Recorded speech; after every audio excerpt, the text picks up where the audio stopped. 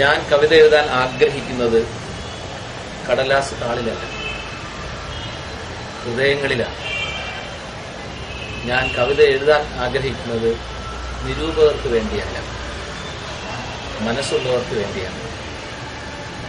അതുകൊണ്ട് തന്നെ നാളെ മറ്റന്നാള് മലയാള കവിതയുടെ അക്കാദമിക് ചരിത്രം പഠിക്കുന്നവർ പഠിക്കുവാൻ വേണ്ടിയുമല്ല ഞാൻ കവിത എഴുതുന്നത്. മലയാളി നല്ല വെയിലുകൊണ്ട് അധ്വാനിക്കുമ്പോൾ അവന്റെ ഹൃദയത്തിൽ ആശ്വാസത്തിന്റെ തെളിനീരായിട്ട് മലയാളത്തിൽ കവിത ഒഴുകി ഇറങ്ങണം എന്നാഗ്രഹിക്കുന്നത് കൊണ്ടുകൂടെയാണ് ഞാൻ കവിത എഴുതുകയും ചൊല്ലുകയും ചെയ്യും.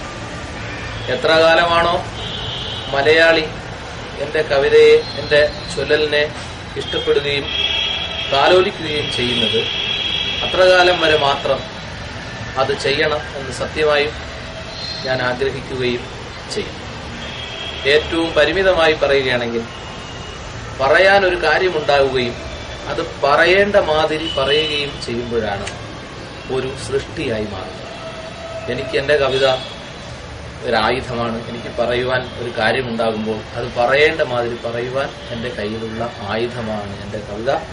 നാളെയും മറ്റന്നാളും എൻ്റെ കവിത എന്നോടൊപ്പം ഉണ്ടാകട്ടെ എന്ന് ആഗ്രഹിക്കുന്നു. എപ്പോഴും ഞാൻ പറയാറുള്ളത് പോലെ എനിക്ക് ഒരു മകനും 52 പെൺമക്കളുമാണുള്ളത്. ആകെ 52 കവിതകളാണ് ഇതുവരെ ഉള്ളത്. നല്ല മക്കളുണ്ടാകുമ്പോൾ നമ്മളും നന്നാകുന്നു, നല്ലതാകുന്നു. എല്ലാവരുടെയും ഹൃദയത്തിൽ എനിക്ക് ഇടം നേടിത്തന്നത് എൻ്റെ കവിതയാണ്. കവിതേ പ്രിയപ്പെട്ട ശൈലപുത്രി, നിള പോലെ പ്രിയമെന്റെ നെയ്യാറുപോലെ, നീ ഒഴുകിപ്പരക്കുകിന്നവനിലും ഇവനിലും അതിരിലും പതിരിലും പിന്നെ ഈ എന്നിലും.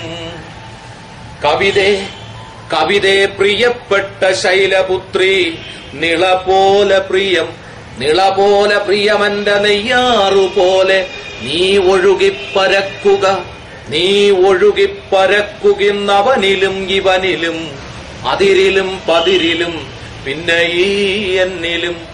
കവിതേ കാമ്യതേ കണ്ണാടി പോലെന്നെ ഒപ്പിയെടുക്കു നീ പിന്നെയും പിന്നെയും, കെട്ടി നിർത്തുവാനാകാതൊടുവിലായി കുത്തി ഒലിക്കുവാൻ വെമ്പുമെൻ വ്യഥകളെ, കെട്ടി നിർത്തുവാനാകാതൊടുവിലായി കുത്തി ഒലിക്കുവാൻ വെമ്പുമെൻ വ്യഥകളെ. ബാല്യത്തിൽ നിരാലംബനായി ഒറ്റയ്ക്ക് പാതയിലൂടെ ഞാൻ പാഞ്ഞതും, ബാല്യത്തിൽ നിരാലംബനായൊറ്റയ്ക്ക് പാതയിലൂടെ ഞാൻ പാഞ്ഞതും, മുറ്റത്തു പൂത്തുനിന്നോരൊറ്റ വൃക്ഷം മറിഞ്ഞതും, വെട്ടിയ കൊമ്പിനും വിറകിനുമൊപ്പമെൻ അച്ഛനെരിഞ്ഞെരിഞ്ഞില്ലാതെയായതും. കവിതേ പ്രിയപ്പെട്ട ശൈലപുത്രി, നിള പോലെ പ്രിയമെന്റെ നെയ്യാറുപോലെ, നീ ഒഴുകിപ്പരക്കുകിന്നവനിലും ഇവനിലും അതിരിലും പതിരിലും പിന്നെ ഈ എന്നിലും.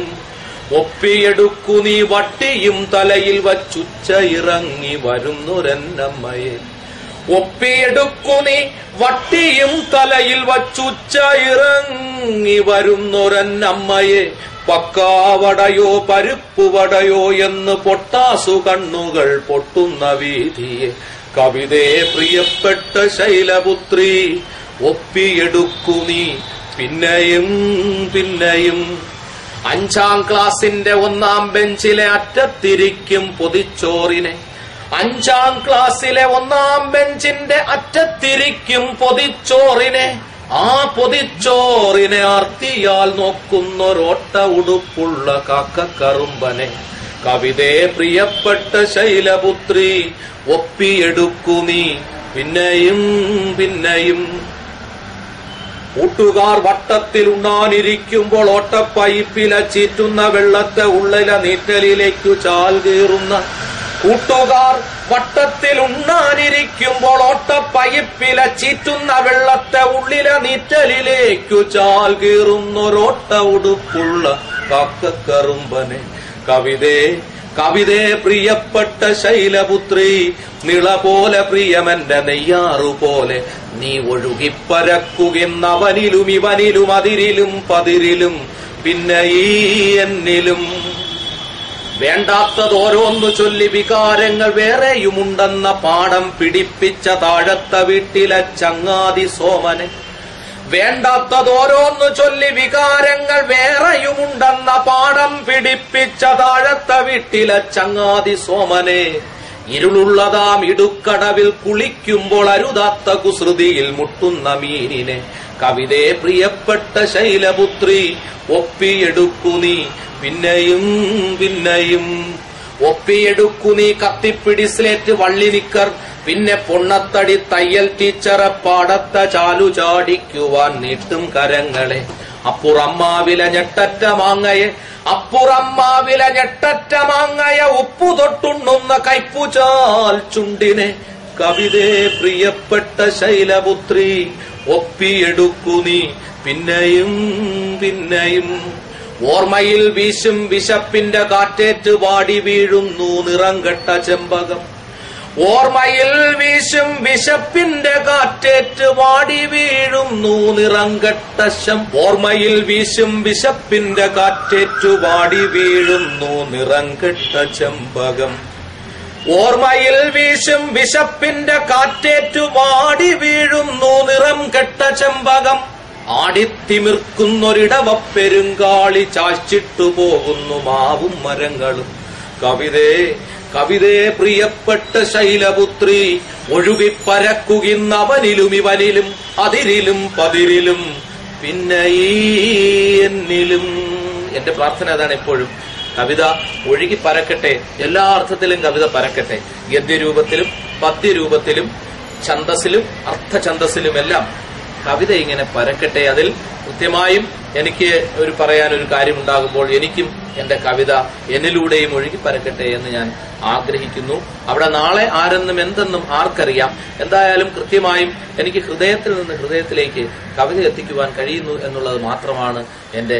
പിന്നെ ഒരു കാര്യമുള്ളത്, മലയാള ഭാഷ തന്നെ എം ജിയുടെ അഭിപ്രായത്തിൽ 25 വർഷത്തിന് ഉള്ളിൽ മരിച്ചു പോകാനിടയുള്ള ഒരു ഭാഷയാണ്. അപ്പൊ അങ്ങനെ മൃതപ്രായമായി നിൽക്കുന്ന നമ്മുടെ മാതൃഭാഷയിൽ ആദ്യം ഉണ്ടാകേണ്ടത് ഭാഷയാണ്. ഈ വരേണ്യമായ വർത്തമാനങ്ങൾക്കിടയിൽ എല്ലാ കവികളും എഴുത്തുകാരും തിരിച്ചറിയേണ്ട ഒരു കാര്യമുണ്ട്. ആദ്യം ചുവരുണ്ടാകണം, എന്നാലേ ചിത്രം വരയ്ക്കുവാൻ കഴിയൂ. ആദ്യം ഭാഷയുണ്ടാകണം, എങ്കിലേ സാഹിത്യവും കവിതയും ഉണ്ടാകും.